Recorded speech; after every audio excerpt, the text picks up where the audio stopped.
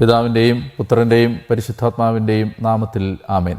ഈശോയിൽ ഏറ്റവും സ്നേഹമുള്ള സഹോദരങ്ങളെ, ഉറവിടങ്ങളിലേക്ക്, യോഹന്നാൻ്റെ സുവിശേഷ പഠനത്തിലേക്ക് ഏറ്റവും സ്നേഹത്തോടെ നിങ്ങളെല്ലാവരെയും സ്വാഗതം ചെയ്യുന്നു. നമ്മൾ യോഹന്നാൻ്റെ സുവിശേഷം 6-ാം അധ്യായത്തിലാണ്. ഇനി 6-ാം അധ്യായത്തിൻ്റെ 25 മുതലുള്ള തിരുവചനമാണ് നാം പഠിക്കാനുള്ളത്. അതുകൊണ്ട് ദൈവത്തിൻ്റെ കരുണ അപേക്ഷിക്കാം. പരിശുദ്ധ കന്യകാമാതാവിൻ്റെ വിലയേറിയ മധ്യസ്ഥം ഈ ശുശ്രൂഷയ്ക്കായിട്ട് ദാഹിച്ചു പ്രാർത്ഥിച്ചുകൊണ്ട് നമുക്ക് ആരംഭിക്കാം. നന്മ നിറഞ്ഞ മറിയമേ സ്വസ്തി, കർത്താവ് അങ്ങയുടെ കൂടെ, സ്ത്രീകളിൽ അങ്ങ് അനുഗ്രഹിക്കപ്പെട്ടവളാവുന്നു. അങ്ങയുടെ ഉദരഫലമായി ഈശോ അനുഗ്രഹിക്കപ്പെട്ടവനാവുന്നു.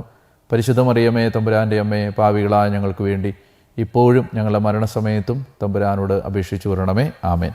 പിതാവിനും പുത്രനും പരിശുദ്ധാത്മാവിനും സ്തുതി. ആമേൻ.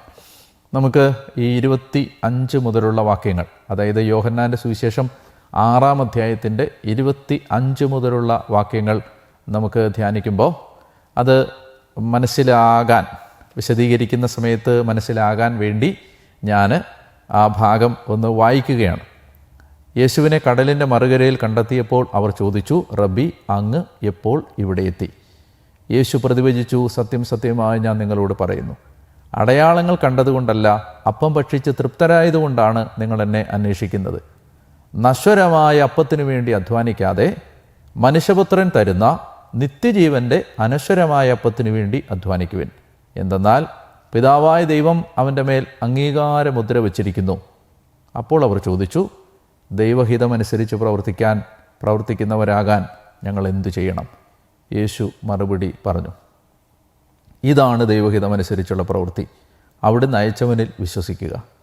അപ്പോൾ അവർ ചോദിച്ചു, ഞങ്ങൾ കണ്ട് നിന്നെ വിശ്വസിക്കേണ്ടതിന് എന്തടയാളമാണ് നീ ചെയ്യുക? എന്താണ് നീ പ്രവർത്തിക്കുക? അവിടുന്ന് അവർക്ക് ഭക്ഷിക്കുവാൻ സ്വർഗത്തിൽ നിന്ന് അപ്പം കൊടുത്തു എന്ന് എഴുതപ്പെട്ടിരിക്കുന്നത് പോലെ ഞങ്ങളുടെ പിതാക്കന്മാർ മരുഭൂമിയിൽ വെച്ച് മന്ന ഭക്ഷിച്ചു.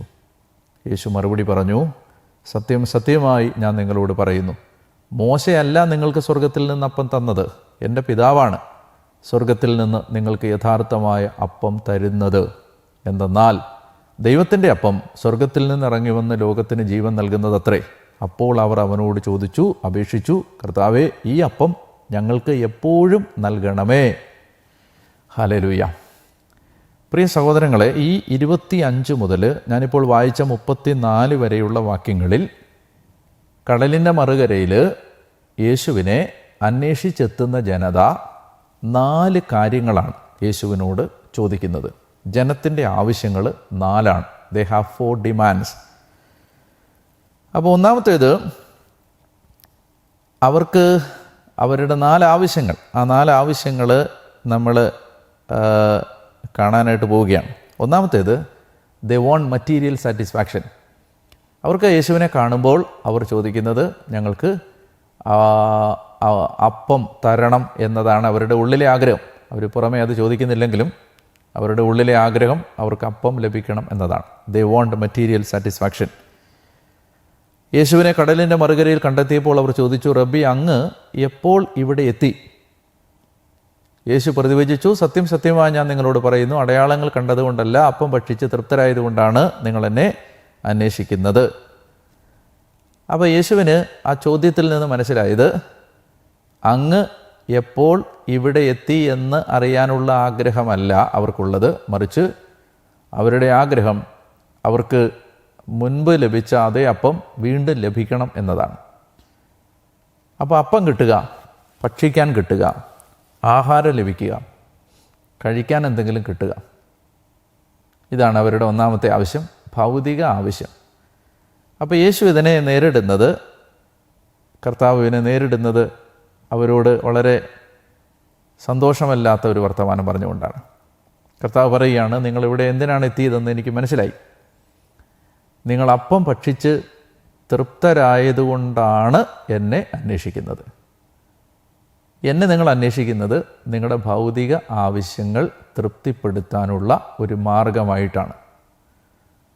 ഇത് ഈശോ വളരെ ഒരുപക്ഷെ ഹൃദയവേദനയോടെ ആവും ഇന്ന് പറയുന്നത്. മഹാഭൂരിപക്ഷം വരുന്ന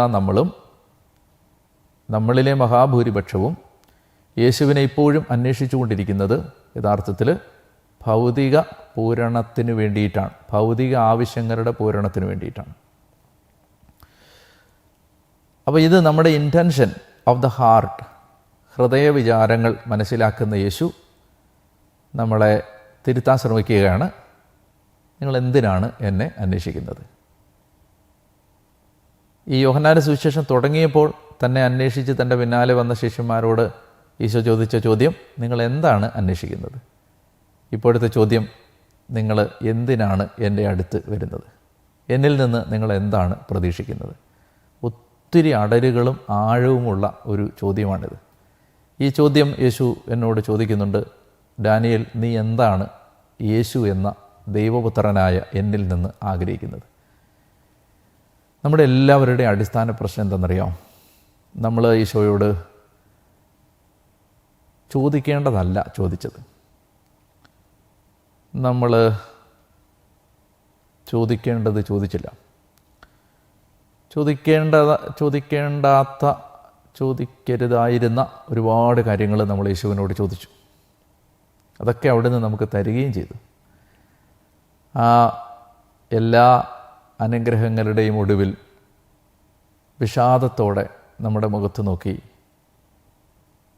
ഒടുവിൽ ഈ അന്തിയിൽ അവൻ വീണ്ടും ചോദിക്കുന്നു, ഇതൊക്കെ ആയിരുന്നോ നിങ്ങൾ എന്നിൽ നിന്ന് ചോദിക്കേണ്ടിയിരുന്നത്? ഇനി എന്നിൽ നിന്ന് നിങ്ങൾക്ക് മറ്റൊന്നും വേണ്ടേ? ആ ഒരു ചോദ്യം ചോദിച്ചാൽ വീണ്ടും നമ്മളൊരു പക്ഷേ ഭൗതിക ആവശ്യങ്ങളുടെ കണക്ക് പുസ്തകം നിരത്തി വെച്ച് ഭൗതിക ആവശ്യങ്ങൾ ചോദിക്കുമായിരിക്കും. യേശു ഉദ്ദേശിക്കുന്നത് അതല്ല. ഒരു നിമിഷം ഒന്ന് ശാന്തമാകാൻ നിങ്ങൾക്ക് സാധിക്കുമെങ്കിൽ ഒരു നിമിഷം ഒന്നാലോചിക്കാവോ, എന്താണ് ഞാൻ യേശുവിൽ നിന്ന് പ്രതീക്ഷിക്കുന്നത്? എന്താ പ്രതീക്ഷിക്കുന്നത്? എനിക്ക് യേശു എന്താ തരണ്ടേ? മനസ്സമാധാനം, തടസ്സങ്ങൾ മാറ്റുക, രോഗശാന്തി, ഭൗതികമായ ആവശ്യങ്ങൾ, സാമ്പത്തിക പുരോഗതി, വീട്, മക്കൾ, ജോലി, വിവാഹം, വരുമാനം. യേശുവിനോട് സങ്കടത്തോടാണ് ഈശോ പറയുന്നത്, യേശുവിനോട് ഇതാണോ നമ്മൾ ചോദിക്കേണ്ടത്? ചോദിക്കുന്നത് ഒരു തെറ്റുമില്ല. ഈ കാര്യങ്ങളൊന്നും ചോദിച്ചുകൊണ്ട് ഒരു തെറ്റുമില്ല, തരികയും ചെയ്യും. ഈശോനോട് ചോദിക്കേണ്ട ഒരു 3-4 കാര്യങ്ങൾ ഞാൻ വേഗം പറയാം. 1, നിത്യജീവൻ. 2, പാപമോചനം. 3, പരിശുദ്ധാത്മാവ്. 4, കൃപാജീവിതം. 5, പരിശുദ്ധി.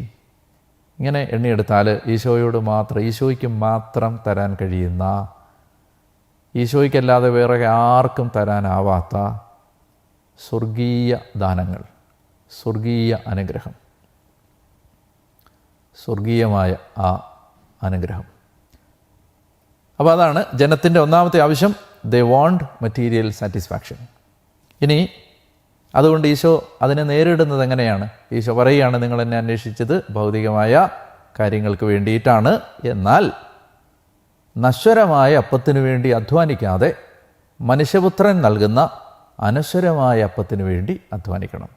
മനുഷ്യപുത്രന് തരാൻ കഴിയുന്ന, ആ തരാൻ പറ്റുന്ന ഏറ്റവും വിലപ്പെട്ട കാര്യങ്ങൾ ദൈവപുത്രനായ യേശുവിനോട് ചോദിക്കേണ്ടതുണ്ട് എന്ന് ഒരിക്കൽ കൂടി അദ്ദേഹം ഓർമ്മപ്പെടുത്തുകയാണ്. അപ്പോൾ അതുകൊണ്ട് എന്താണ് പറയുന്നത്? കർത്താവ് പറയുന്നത്, നിങ്ങൾ നശ്വരമായ അപ്പത്തിനു വേണ്ടി അധ്വാനിക്കാതെ മനുഷ്യപുത്രൻ തരുന്ന നിത്യജീവൻ്റെ അനശ്വരമായ അപ്പത്തിനു വേണ്ടി അധ്വാനിക്കുവിൻ. വിശുദ്ധ കുർബാനയിലെ ഒരു വാക്ക് ഓർമ്മയിലേക്ക് വരും ഇത് വായിക്കുമ്പോൾ. ആ വാക്യം ഇതാണ്, ഹൃദയങ്ങൾ ഉയർത്തുവിൻ. ലത്തീൻ കുർബാനയിൽ അത് ഹൃദയങ്ങൾ ഉയർത്തുവിൻ എന്നാണ്. മലങ്കര കുർബാനയിൽ നിങ്ങളുടെ ബോധങ്ങളും വിചാരങ്ങളും ഹൃദയങ്ങളും പിതാവായ ദൈവത്തിൻ്റെ വലതുഭാഗത്തും മിശിഹാ തമ്പുരാനിരിക്കുന്ന മഹോന്നതങ്ങളിലേക്ക് ഉയർത്തണം എന്നാണ്. സീറോ മലബാർ കുർബാനയിൽ അത് ഉയരങ്ങളിലേക്ക് ഉയരട്ടെ ഹൃദയവികാര വിചാരങ്ങൾ എന്നാണ്. ഓരോ കുർബാനയിലും ഈ ആവശ്യം നമ്മുടെ മുമ്പിലേക്ക് വെച്ച് ഈശോ കൈകൾ വിരിച്ച് നിൽക്കുന്നുണ്ട്. കർത്താവ് പറയുന്നുണ്ട്, ഹൃദയങ്ങൾ ഉയർത്തണം. ഹൃദയങ്ങൾ എന്തിൽ നിന്ന് ഉയർത്തണം? ഈ ഭൗതികതയിൽ നിന്ന്, ഈ കാലിക അനുഗ്രഹങ്ങളിൽ നിന്ന്, ഈ നശ്വര സത്യങ്ങളിൽ നിന്ന്, ഈ നശിച്ചു പോകുന്ന ആവശ്യങ്ങളിൽ നിന്ന് ഇപ്പോൾ കൺമുമ്പിൽ കാണുന്ന തൊട്ടടുത്ത ആവശ്യങ്ങളിൽ നിന്ന് ഹൃദയങ്ങൾ ഉയർത്തി നിലനിൽക്കുന്ന കാര്യങ്ങൾ ചോദിക്കാൻ പറ്റണം. അത് ചോദിക്കാൻ പറ്റിയില്ല എന്നുള്ളത് നമ്മുടെ വലിയ സങ്കടമാണ്, ദുരവസ്ഥയാണ്, ദുരന്തമാണ്. ഒരുപക്ഷേ കണ്ണ് നിറഞ്ഞ് തൻ്റെ മുറിപ്പാടുകളെ ചൂണ്ടിക്കാണിച്ച് യേശു നമ്മളോട് വീണ്ടും ആ ഓർമ്മപ്പെടുത്തൽ നടത്തുന്നുണ്ട്. പാപമോചനവും നിത്യജീവനും രക്ഷയും പരിശുദ്ധാത്മാഭിഷേകവും സുവിശേഷവൽക്കരണത്തിന് വേണ്ട ധൈര്യവും ദൈവരാജ്യത്തിന് വേണ്ടിയുള്ള ദാഹവും ആത്മാക്കൾക്ക് വേണ്ടിയുള്ള ദാഹവും ഒക്കെ എനിക്ക് തരണമെന്ന് ഈ ഒന്നാമത്തെ കാര്യം ചോദിക്കുമ്പോൾ, ഒന്നാമത്തെ കാര്യം വായിക്കുമ്പോൾ നമുക്ക് തീരുമാനമെടുക്കാം. രണ്ടാമത്തേത്, അപ്പോൾ അവർ അടുത്ത വാക്യത്തിൽ നശ്വരമായ അപ്പത്തിന് വേണ്ടി അധ്വാനിക്കാതെ അനശ്വരമായ അപ്പത്തിന് വേണ്ടി അധ്വാനിക്കണം. എന്നിട്ട് ഈശോ പറയുകയാണ്, എന്തെന്നാൽ പിതാവായ ദൈവം അവൻ്റെ മേൽ അംഗീകാരമുദ്ര വച്ചിരിക്കുന്നു.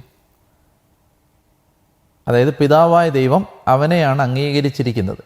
ഇവൻ എൻ്റെ പ്രിയപുത്രൻ, ഇവനിൽ ഞാൻ പ്രസാദിച്ചിരിക്കുന്നു. പുത്രനിലാണ് പിതാവ് പ്രസാദിച്ചിരിക്കുന്നത്. അവനെയാണ് അംഗീകാരം ചെയ്തിരിക്കുക, അംഗീകാരം കൊടുത്തിരിക്കുക, അംഗീകാരം മുദ്ര വച്ചിരിക്കുന്നത് അവൻ്റെ മേലാണ്. അതുകൊണ്ട് അവനോട് ചോദിച്ചാൽ കിട്ടുമെന്നാണ് അതിൻ്റെ അർത്ഥം. അപ്പോൾ ഉടനെ ഇവരുടെ ചോദ്യം 28, അപ്പോൾ അവർ ചോദിച്ചു, ദൈവഹിതം അനുസരിച്ച് പ്രവർത്തിക്കുന്നവരാകാൻ ഞങ്ങൾ എന്ത് ചെയ്യണം?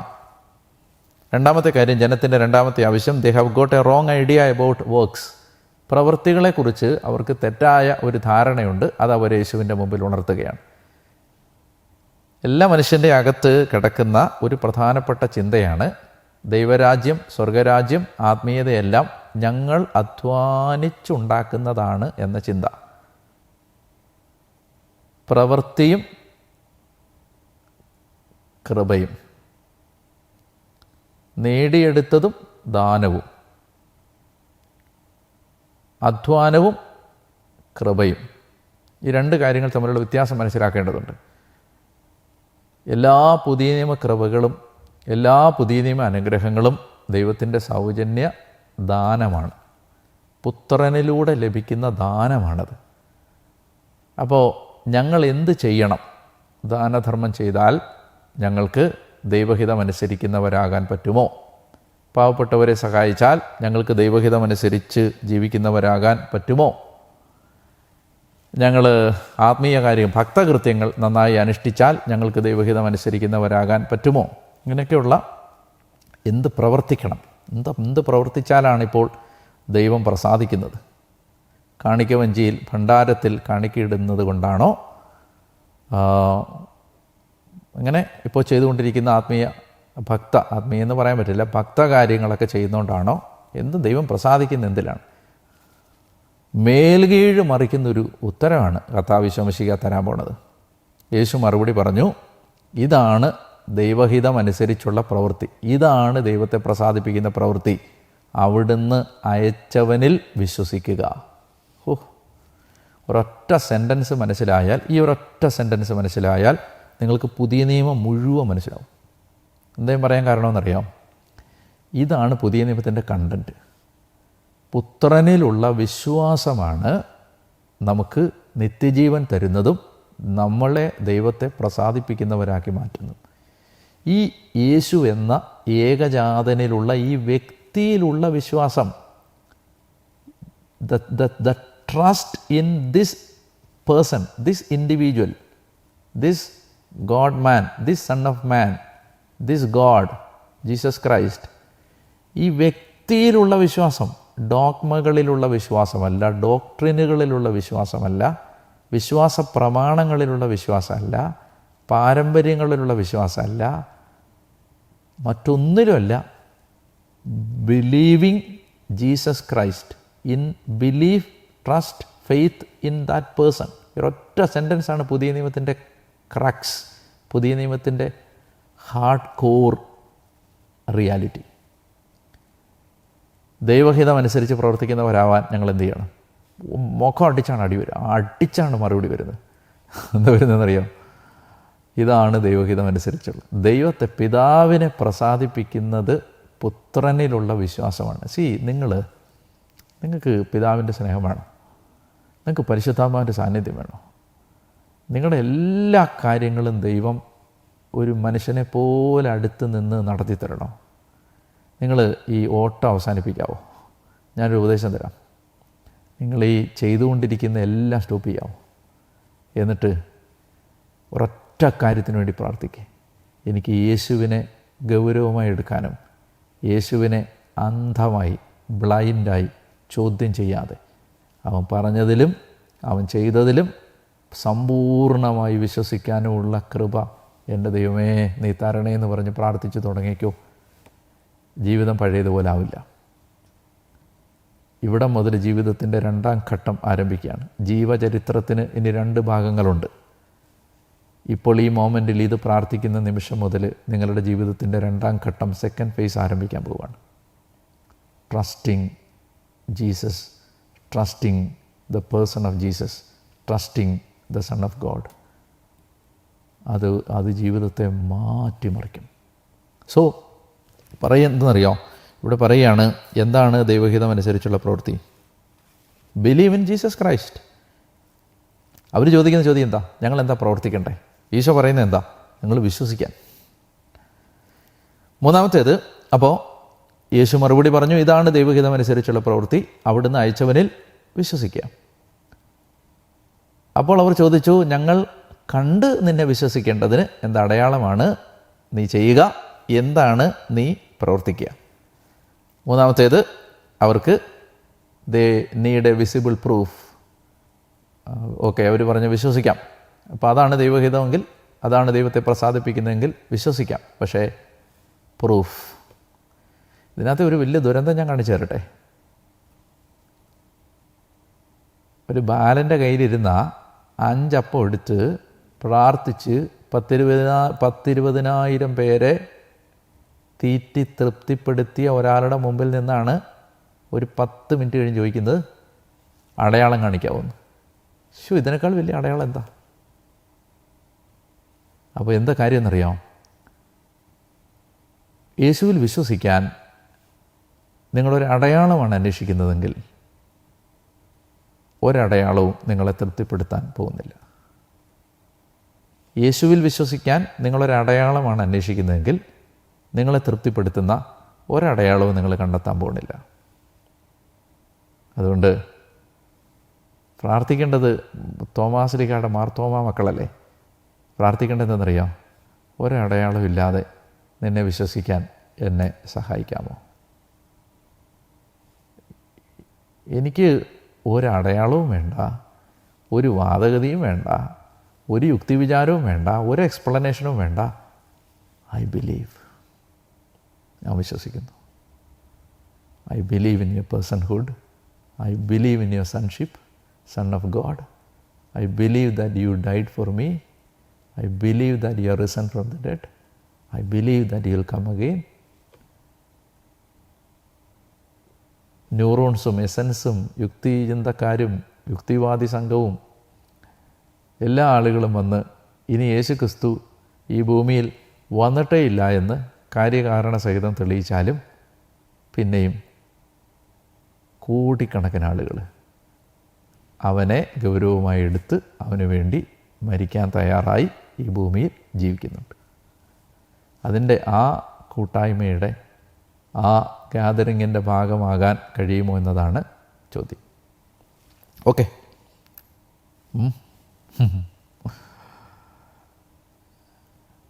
എന്തൊരു കാര്യങ്ങളാണ്. ഞാൻ ഒരു കാര്യം പറയട്ടെ നിങ്ങളോട്.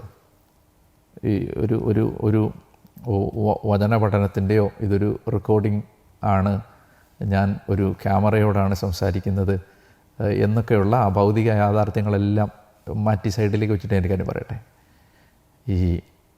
ഇത് പറയുമ്പോൾ ഞാൻ അനുഭവിക്കുന്ന ഒരു ആനന്ദം, ഇത് പറയുമ്പോൾ ഞാൻ അനുഭവിക്കുന്ന ഒരു ആത്മാവിൻ്റെ നിറവ്